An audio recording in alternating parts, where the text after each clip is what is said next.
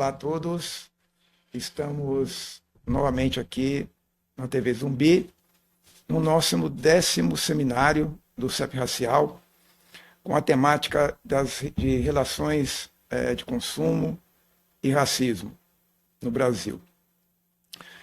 E temos aqui a honra de termos como palestrantes e debatedores o Dr. Ricardo Brito, que é advogado, contador, especialista em direito do consumidor, coordenador do PROCON Racial aqui da Universidade Zumbi dos Palmares e é presidente da Comissão de Igualdade Racial da UAB de Santa Amaro, aqui em São Paulo. Temos também a honra de contar com a professora Mara do Bubraz Machado, que é publicitária, mestre em comunicação, coordenadora do curso de publicidade da Universidade Zumbi dos Palmares e coordenadora do núcleo de estudos em racismo em relações de consumo do CEP Racial. Então é um prazer contar com vocês, é uma grande satisfação estar presente aqui com essas duas personalidades e com esse tema que é fundamental, que é exatamente abordar o racismo nas relações de consumo e também falar um pouquinho do PROCON Racial, que tem um papel fundamental no combate ao racismo quando se fala em direito do consumidor. Então, eu deixo a palavra inicialmente para o Dr. Ricardo. Fique à vontade, Dr. Ricardo, para fazer os seus apontamentos e logo em seguida a gente passa a palavra então para a professora Mara. Professor Cláudio, obrigado, quero agradecer também a professora Mara também pelo acolhimento, né? Estou chegando agora na universidade a partir de janeiro, mas já estou encantado inclusive com o projeto CEP Racial, quero fazer parte desse projeto, quero contribuir, né? Como foi dito, né, meu nome é Ricardo e atuo no direito do consumidor há muito tempo, desde o início da minha formação. Na verdade, quando eu era estudante ainda, meu primeiro estágio em 2001, já foi no PROCON, na Fundação PROCON, depois eu até fui técnico lá também. E as questões raciais, até por uma questão, né, até de origem mesmo, de interesse também. Os dois primeiros estágios que eu fiz, um foi na relação de consumo e o outro foi em questões de injúria racial, lá no início dos anos 2000. E desde então é um assunto que eu gosto de estudar, que a gente se debruça, tenta buscar informação de qualidade para passar para os nossos.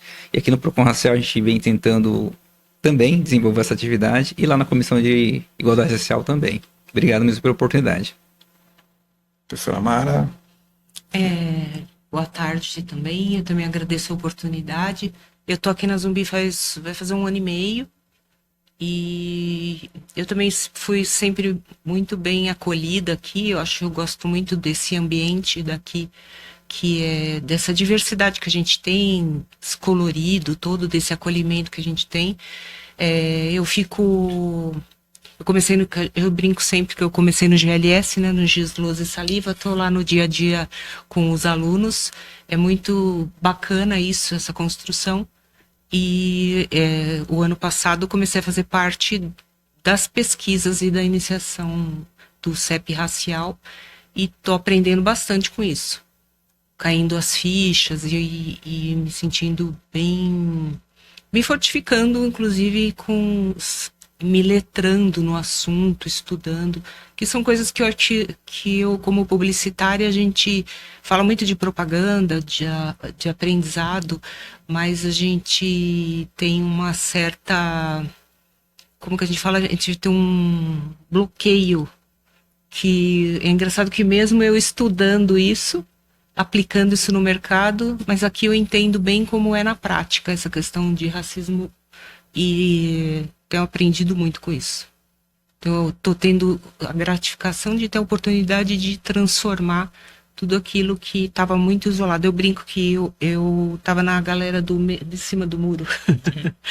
A gente não mexe onde não é... A gente fica em cima do muro, tem o lado de quem defende, que é o lado daqui, e tem um outro lado de quem é contra, né? Paga. Então eu vi que não dá mais para ficar em cima do muro. Realmente. E o que seria,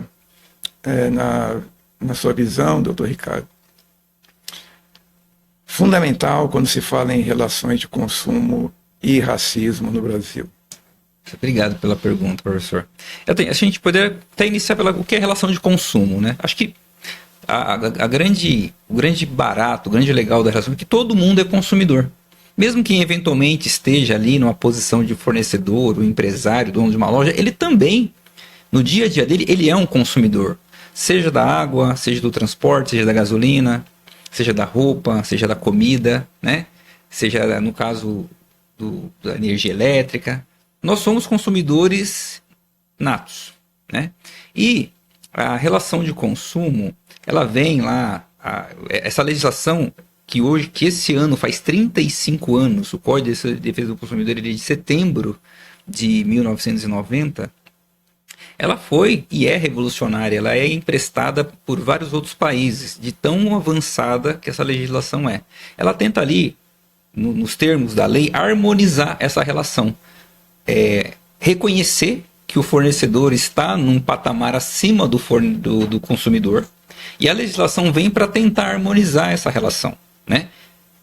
Entre essas relações, as questões raciais, porque também são inerentes à nossa sociedade. Então, tanto o PROCON racial, que é uma ferramenta, como outras, mas a própria legislação, ela fala, um dos direitos básicos do consumidor é a proteção contra práticas abusivas e discriminação. Eu acho que tem que abrir ali. É interessante, mas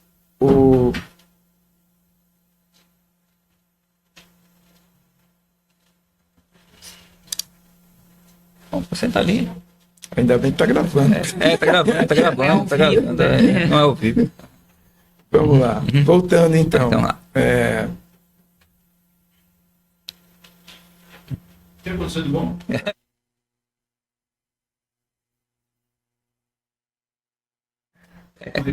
Isso. Ótimo, obrigado.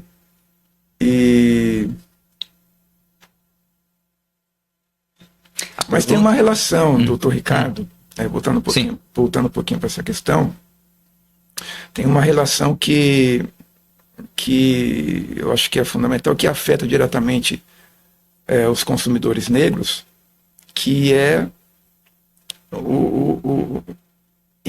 entender o que o direito pode auxiliá-los em termos de se depararem em situações em que muitas vezes eles sofrem racismo, mas não identificam como racismo. Estava conversando com a professora Mara há poucos minutos sobre esse assunto, né? A gente está falando um pouco sobre isso, né? A gente falou várias coisas, né? É engraçado que o consumidor a gente identifica na publicidade como primeiro público-alvo, que é aquele que é direcionado à campanha. Aí tem aquele que vai consumir e tem ainda o que compra, que a gente chama de shopper, né? Mas na hora de identificar quem é essa agressão, aí entram todos os envolvidos no processo. Eu tenho eu sempre até brinquei com a professora Mari, mas falo, quem me conhece vai escutar essa frase, essa minha analogia vai lembrar. Eu sempre falo das mulheres, das meninas. Em algum momento da vida, quando elas eram pequenas, elas andavam lá no transporte público, alguém mexeu com elas, alguém encostou nelas, alguém olhou diferente e elas não perceberam. Lá na fase adulta, qualquer mulher na fase adulta que chega num ambiente e alguém olha para ela diferente, ela sabe que aquilo pode ser uma agressão. E agora eu empresto por racismo. Nem tudo é racismo, mas quando a gente sabe. Então, o consumidor, muitas vezes, ele não consegue nem se defender, porque ele nem sabe que aquilo foi uma prática discriminatória contra ele. Por exemplo, por que ele é o escolhido para ter sua bolsa verificada numa loja? Que aleatoriedade é essa que sempre um determinado corpo, um determinado tipo de pessoa é escolhido para ser abordada e para fazer uma verificação de rotina na bolsa, na necessaire, né?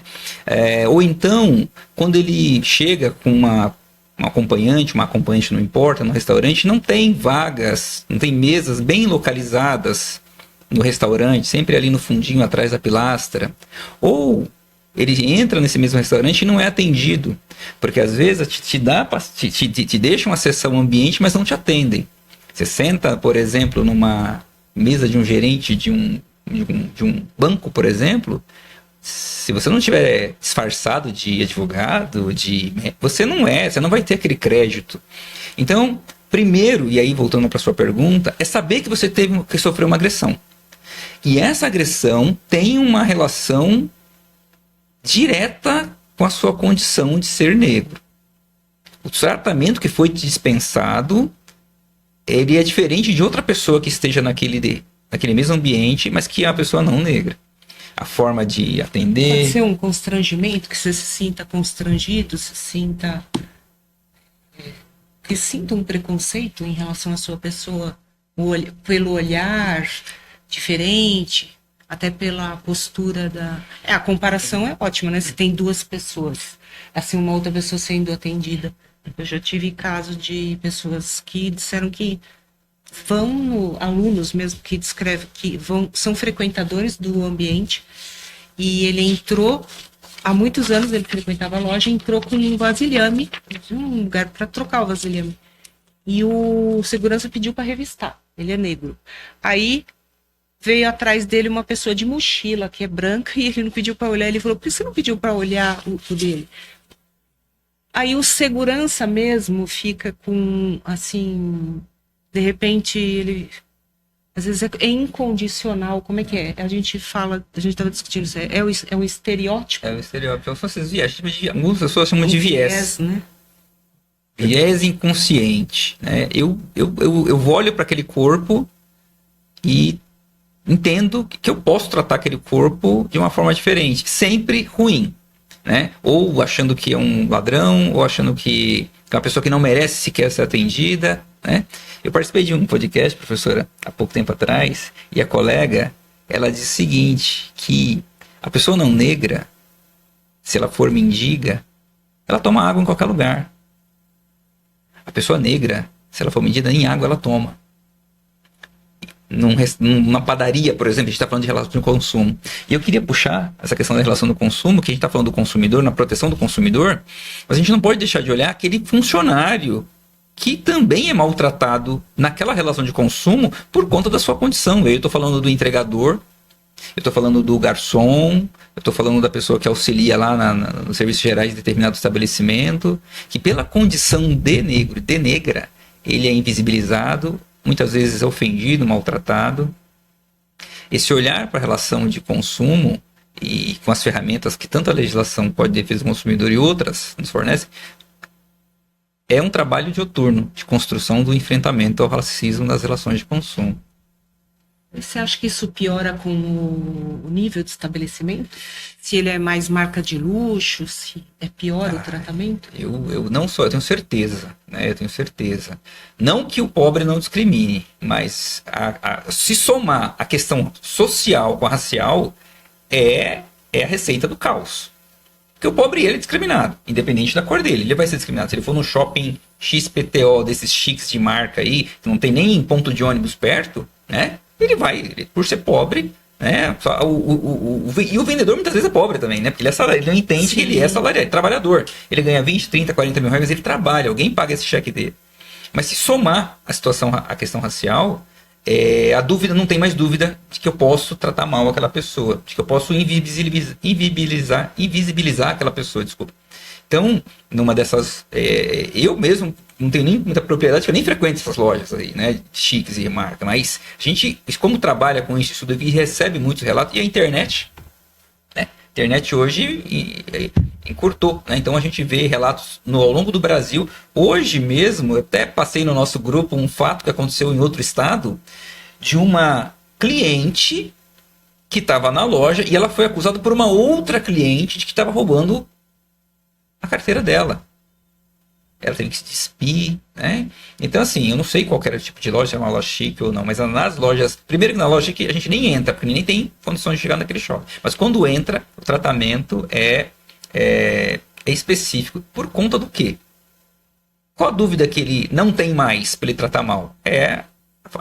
o rosto da pessoa, é o estereótipo da pessoa, é a leitura social daquela pessoa. Pensando no impacto que isso pode causar para as pessoas, né? Para pretas e pretos, de que forma que isso pode afetá-las, né? Eu acho que é uma discussão interessante, que eu acho que é importante.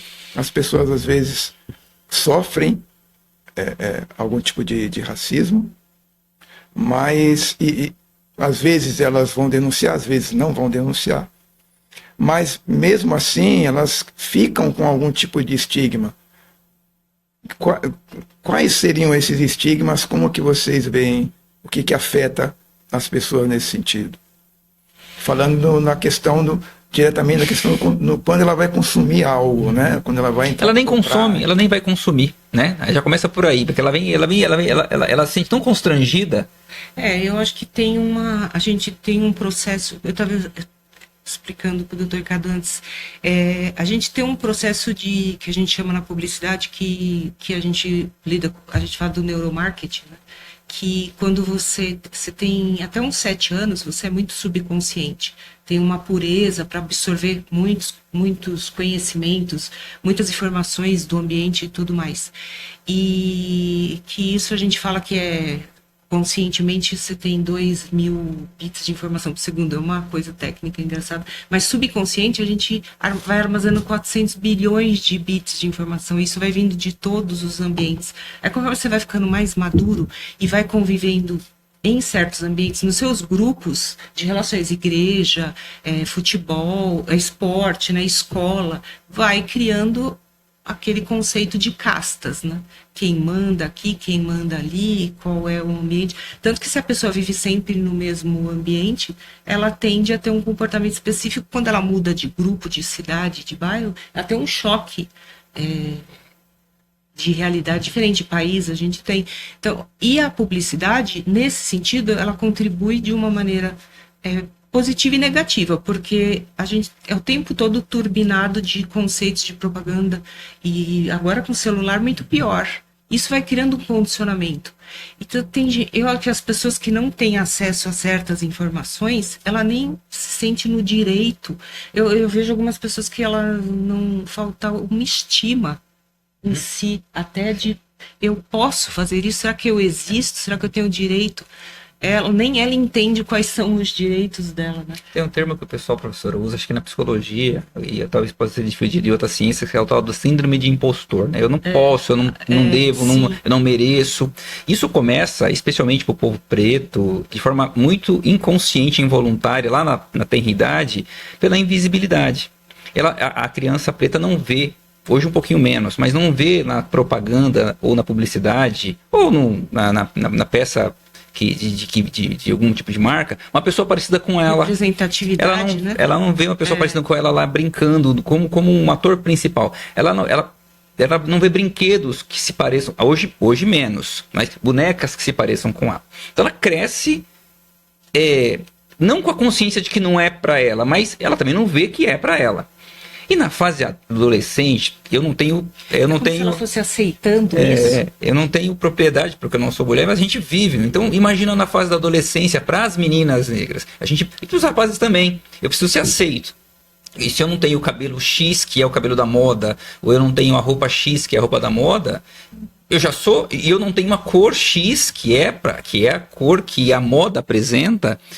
eu começo a ter consciência, um início de consciência de que aquilo realmente não é para mim. Eu não tenho amigos que me orientam. E aí na fase adulta eu encontro dificuldades nas relações de trabalho, né? Eu encontro dificuldades, eu não vejo nenhum chefe, não vejo nenhum gerente que se parece comigo. E aí eu pergunto, professor, e é uma pergunta que necessariamente não precisa ter uma resposta. Se esse gerente, se esse chefe, ele for uma pessoa da publicidade, uma pessoa que vai influenciar no mercado de consumo, qual vai ser o olhar que ele vai entregar para aquele produto, para aquele serviço? Um olhar enviesado, de invisibilidade, de inexistência de da diversidade. Inclusive, a gente está em meio de uma campanha muito bonita aqui da nossa universidade, Diversidade Sim, né? A estrutura as estruturas caminham para essa exclusão. Então, a relação de consumo que prevê a não discriminação pode ir além, que é a inclusão. Não discriminar seria muito mais, incluir seria bem melhor.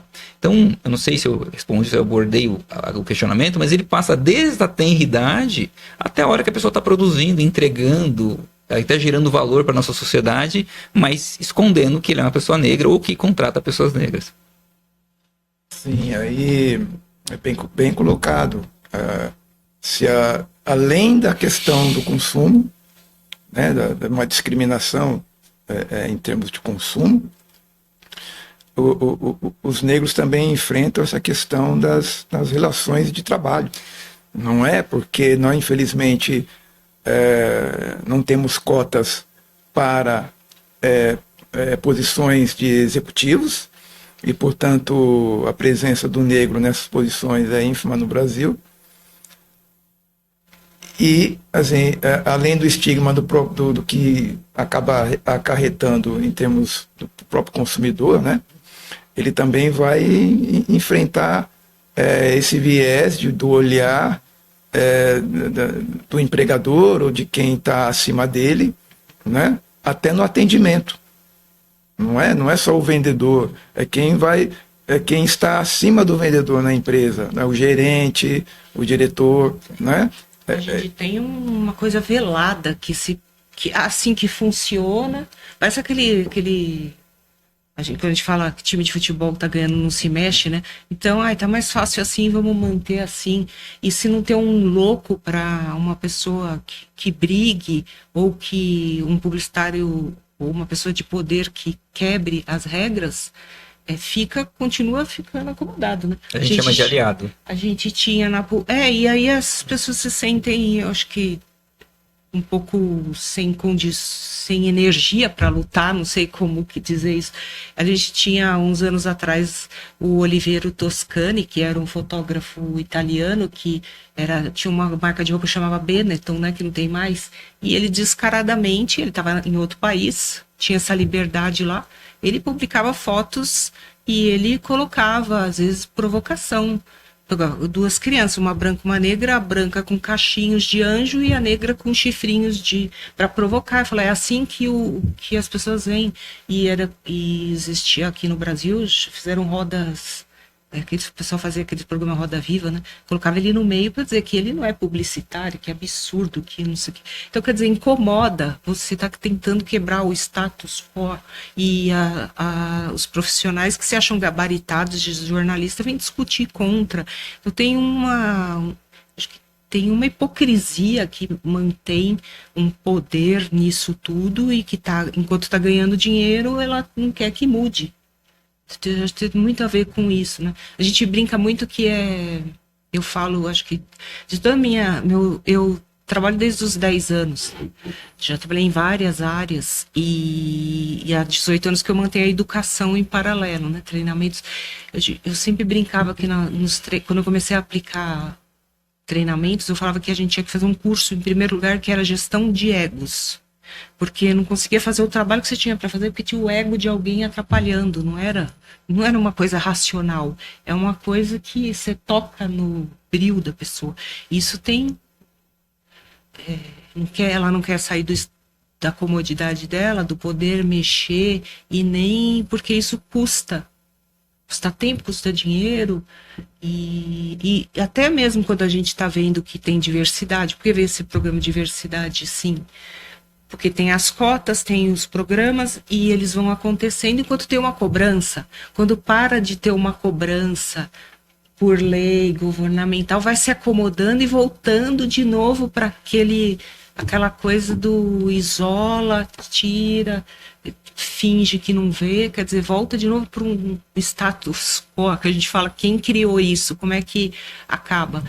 Eu penso que vem de uma engenharia, que a gente brinca, de um consentimento, que vai criando um negócio na cabeça das pessoas que ela não cai as fichas. Às vezes cai a ficha, mas você mesmo se choca com várias situações que tem que ter um controle psicológico para você se policiar para não voltar a cometer os mesmos erros.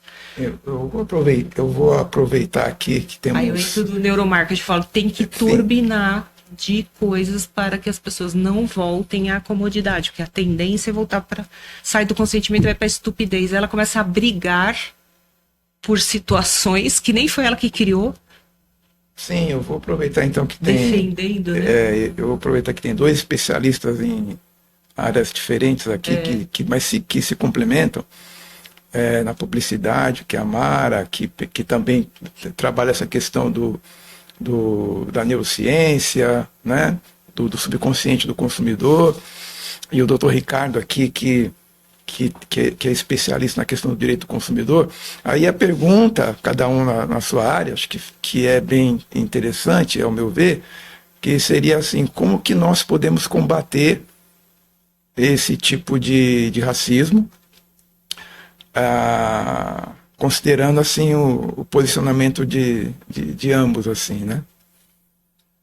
Eu acho que com informação de qualidade é a primeira coisa. Você tem informação de qualidade tanto para a vítima quanto para o eventual fornecedor, para que ele não reproduza esses atos, né? Consciente ou inconsciente mesmo. Algumas ferramentas, elas já estão à disposição da nossa sociedade, né? Por exemplo, empresas de ESG, consultoria, certificações. A nossa universidade, ela foi pioneira em 2022 em disponibilizar para a sociedade uma ferramenta específica para o enfrentamento ao racismo nas relações de consumo, que é o Procon Racial. O Procon Racial, ele surge em um convênio com a Fundação Procon, que tem 50 anos de história. Na verdade, faz 50 anos o ano que vem, né? É de 76.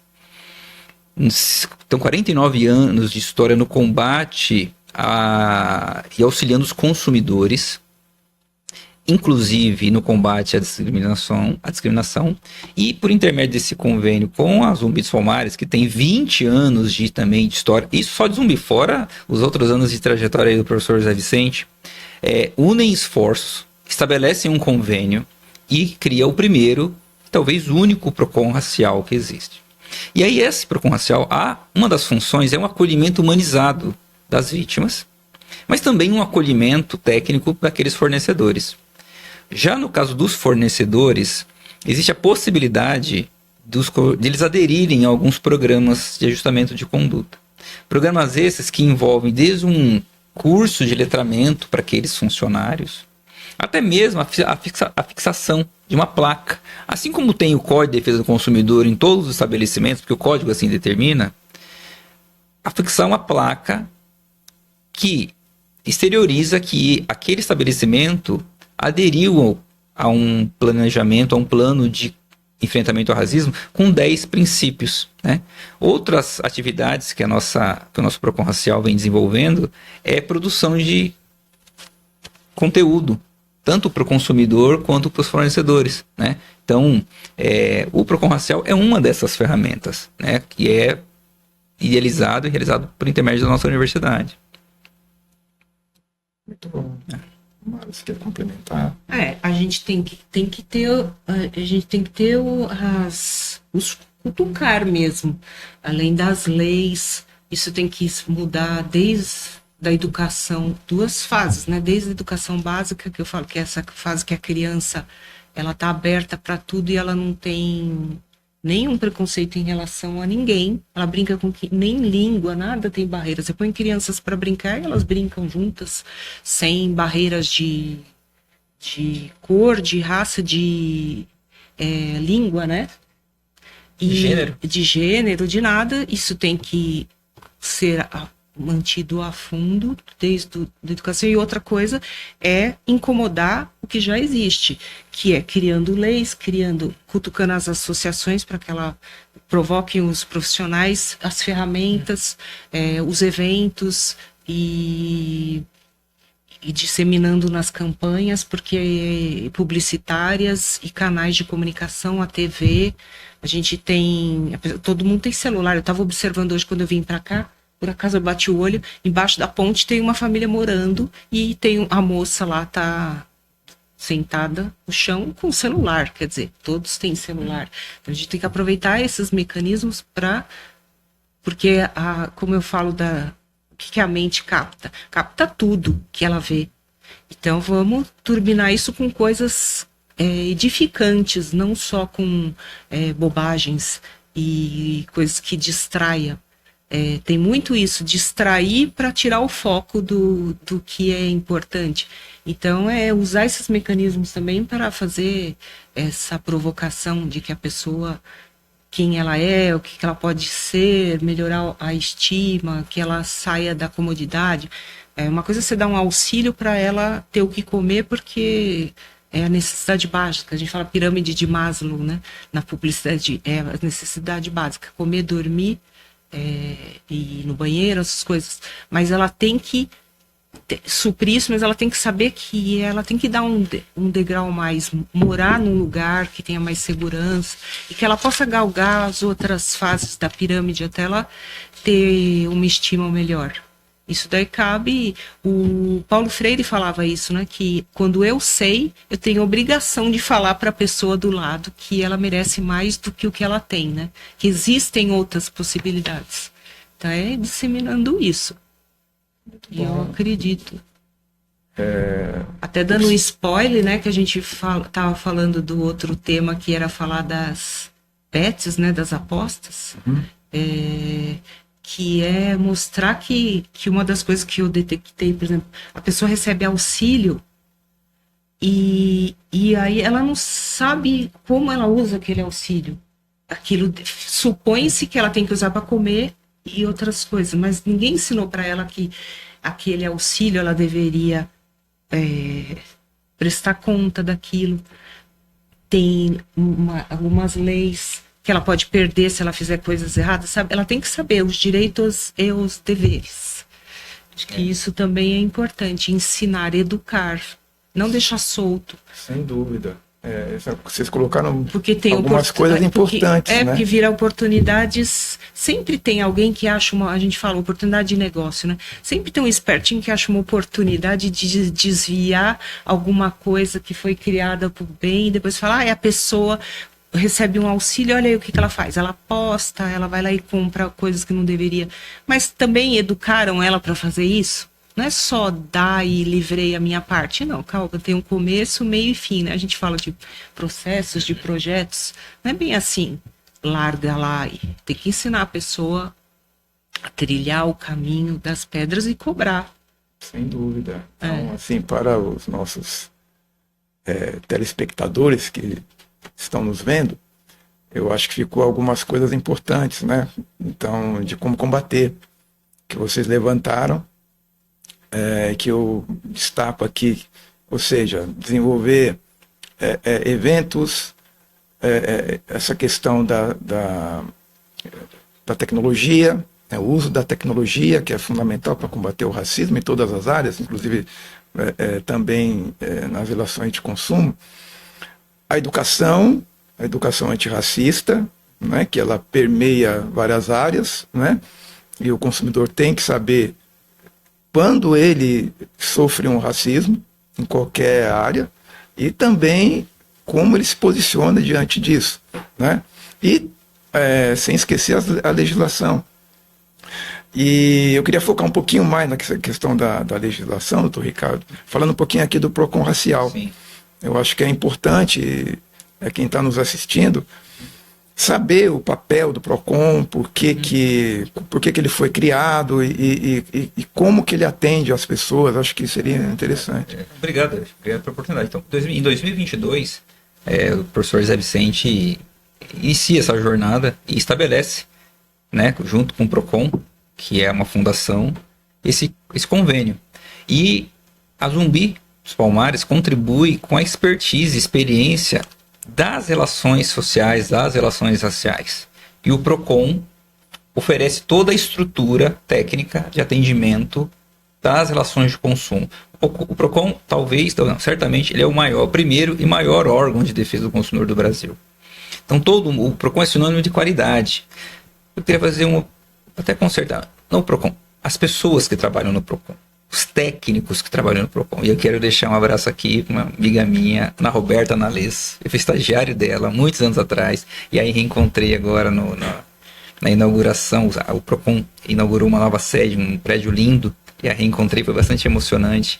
Uma técnica de carreira, com excelência no trato com as pessoas, no trato com o seu trabalho. Então essa experiência e essa legitimidade que o PROCON tem na sociedade, unindo-se com o Zumbi dos Palmares para essas questões sociais, nós não atendemos somente as questões sociais, também as questões sociais. E tem um dado que eu reputo importante falar, que replica um pouco da sociedade.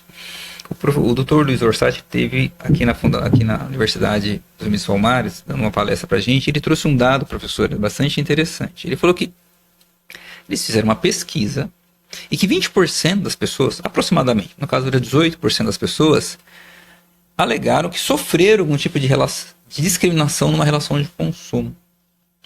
Daquele número X, 20 pessoas. E aí eles fizeram uma segunda pergunta para essas pessoas. Quantas se manifestaram ou tomaram alguma providência?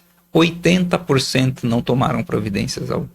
E por que a pessoa não tomou providência? Ou porque ela nem sabe que naquele momento ela sofreu, ou porque ela não sabia aonde buscar informação, ou se buscou tinha uma dificuldade por conta de recursos. E aí eu abro um outro parênteses que é um dos objetos do Código de Defesa do Consumidor no trato à harmonização.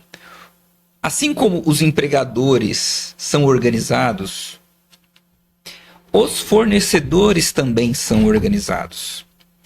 Há inúmeros organismos que reúnem os fornecedores de todos os segmentos: seguro, banco, cartão de crédito, saúde, indústria, comércio, serviço, alimento, serviços essenciais, telefonia. Todos esses fornecedores, eles se conversam. Eles sabem o que está acontecendo no mercado. E para eles tomarem uma medida corretiva ou preventiva voluntária, é muito mais fácil. O consumidor é disperso. O consumidor tem dificuldade de acessar a informação. E quando tem essa informação, tem dificuldade de acessar o direito dele.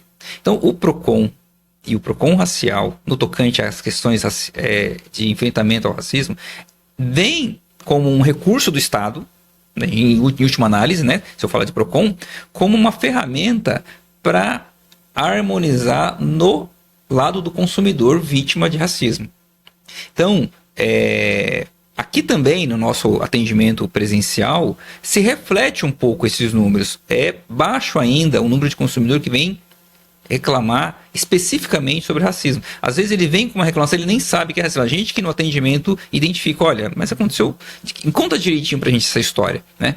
Então, a gente, resumindo, usa a estrutura técnica, tanto tecnológica como técnica de recursos humanos, de ser humano, de conhecimento técnico da Fundação PROCON, com a expertise de 50 anos que eles têm, com os nossos recursos técnicos e tecnológicos da universidade no tocante às questões raciais, liderada pelo nosso professor.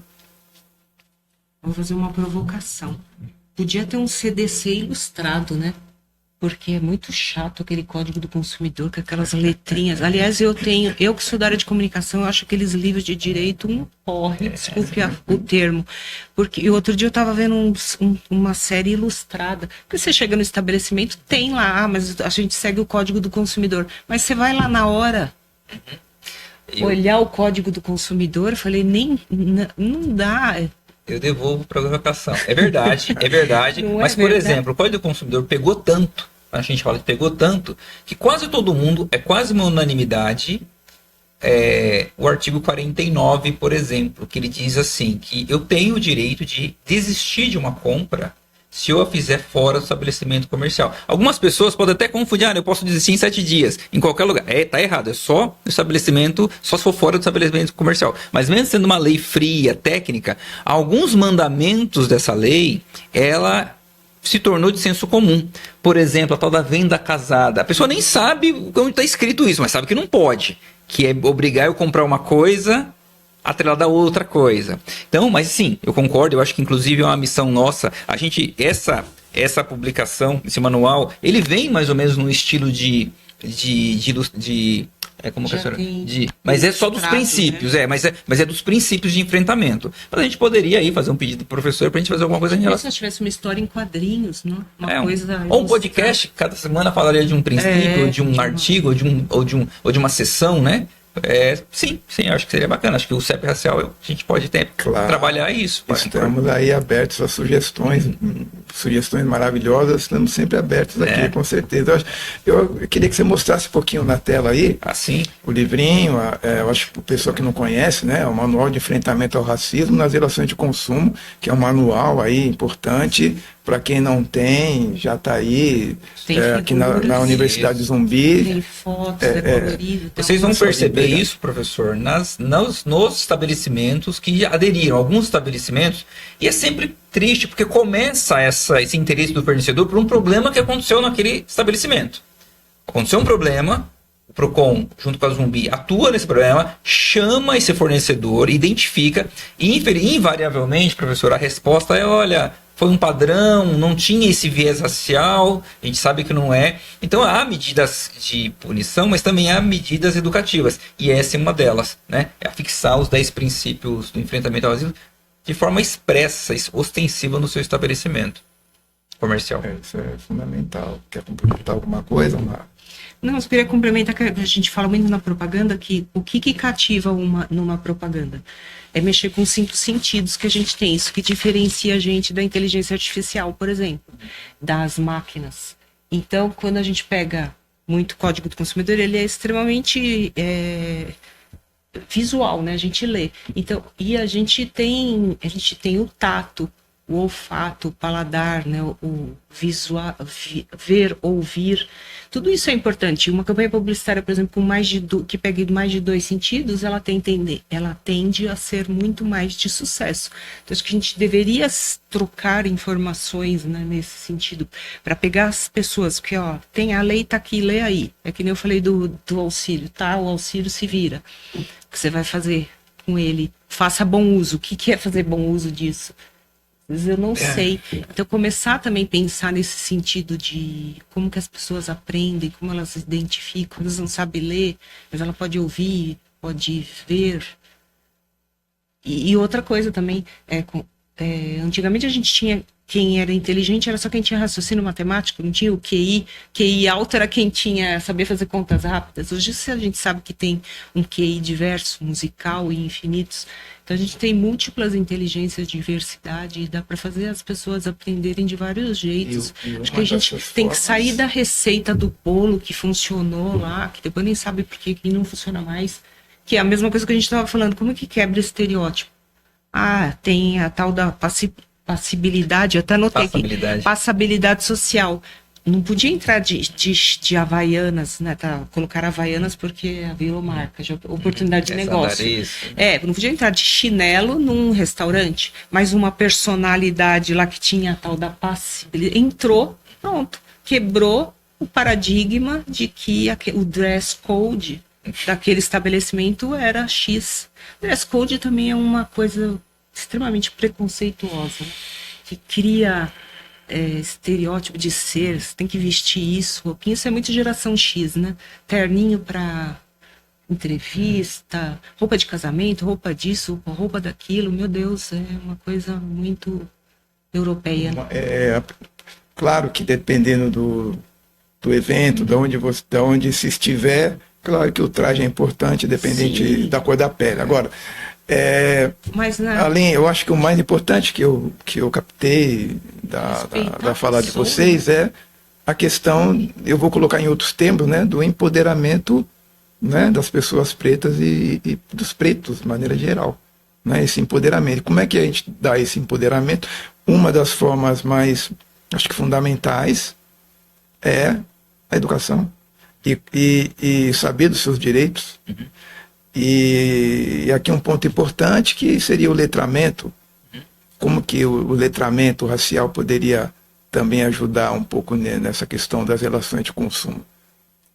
Como é que a gente pode pensar um pouquinho? A gente tem que pegar aqui como instituição de educação poderosa que nós somos, também pegar as ONGs, as assistentes sociais, as pessoas que estão lá nas comunidades, nas periferias e torná-las disseminadora, né, dos conceitos. Elas estão lá próxima das pessoas. A gente faz um evento e espera que as pessoas venham até aqui. Tem uma série de dificuldades para vir até, para se locomover. Então, a gente poderia criar um trabalho mais de pegar importantes influenciadores, entre aspas, que possam disseminar isso nas comunidades. Acho que o debate, a discussão nas comunidades é importante, levar o tema para as comunidades, né? As comunidades, normalmente, elas estão na periferia, e a gente, às vezes, por estar na periferia, às vezes a gente acredita que a informação não chega, ou até a gente discrimina um pouco nesse sentido, né? Colocando as pessoas mas não é bem assim também. Vamos colocar assim, num ambiente inferior. Mas, na realidade, o que acontece é que existem associações, existem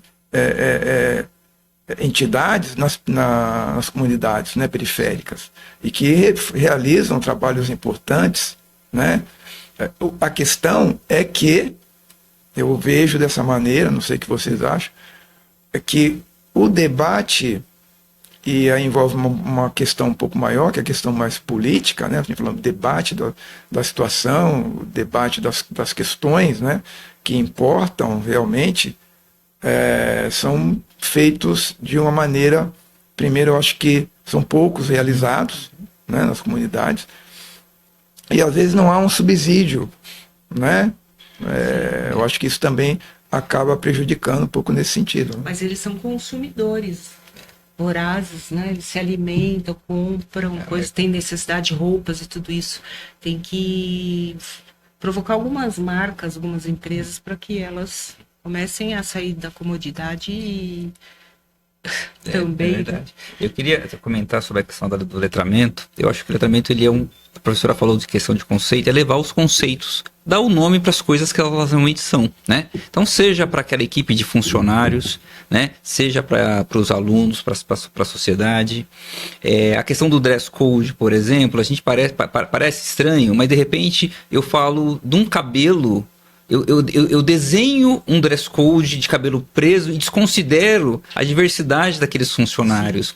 Eu desconsidero, por exemplo, a questão religiosa, da religiosidade daqueles funcionários. E a única religião, ou pelo menos uma das únicas, que tem um problema quando usa uma determinada cor, o branco, ou quando está num período determinado da religião que tira o cabelo, ele não está dentro desse dress code também. Então, esse dress code com corte racial, ele é importante para que a empresa não enfrente, né, problemas, seja internamente, seja na relação de consumo. Quando uma consumidora entra com um adorno de uma religião de matriz africana, ele não seja confundido com uma não consumidora. No tocante às comunidades, a comunidade, ela se organiza, não é só a polícia. A gente sabe que, infelizmente, o recurso do Estado que mais entra na comunidade é a polícia, né? É a polícia. O que o favelado, a pessoa da comunidade conhece em termos de Estado, não conhece saúde, não conhece educação de qualidade, mas a polícia a gente conhece. Mas o ser humano se organiza. Então a gente tem as ONGs, as OCIPs. Então pessoas do bem que fazem parceria com pequenas, grandes e médias empresas que também têm interesse de contribuir, né? Seja na relação de consumo, seja no desenvolvimento social daquele local. E o conhecimento, ele salva. O conhecimento, a educação, para nós que estamos na base da sociedade, a classe trabalhadora, é uma das únicas formas de uma certa ascensão. A informação de qualidade, seja para que eu não cometa um ato racista, ou seja, para que se cometerem contra mim, eu me posicionar, é fundamental. E essa informação, a Zumbi está fazendo o papel dela, por intermédio de publicação, por intermédio de seminários, o Procon faz o dela, e teremos outros players, DEC, que também fazem esse papel de difundir informação de qualidade. Muito bom. E infelizmente, nós temos que encerrar o nosso seminário. Por mim, eu ficaria aqui debatendo esse assunto, aprofundando mais, mas eu já aviso aí aos nossos telespectadores que nós teremos outros debates sobre esse mesmo assunto. Com certeza tem muitos outros temas para a gente abordar sobre relações de consumo e o racismo. E eu queria agradecer novamente a honra de ter aqui dois ilustres professores, o doutor Ricardo Brito e a professora Mara Tupugás Machado. A gente vai aprender. E é uma honra, foi um prazer enorme estar com vocês aqui. E encerramos então o nosso 9º seminário, o 10º seminário do CEP Racial. Foi um prazer e até breve, com certeza eles voltarão em breve. Tá? A honra foi minha. Abraço a todos. Honra foi minha. Obrigado pela condução, Cláudio.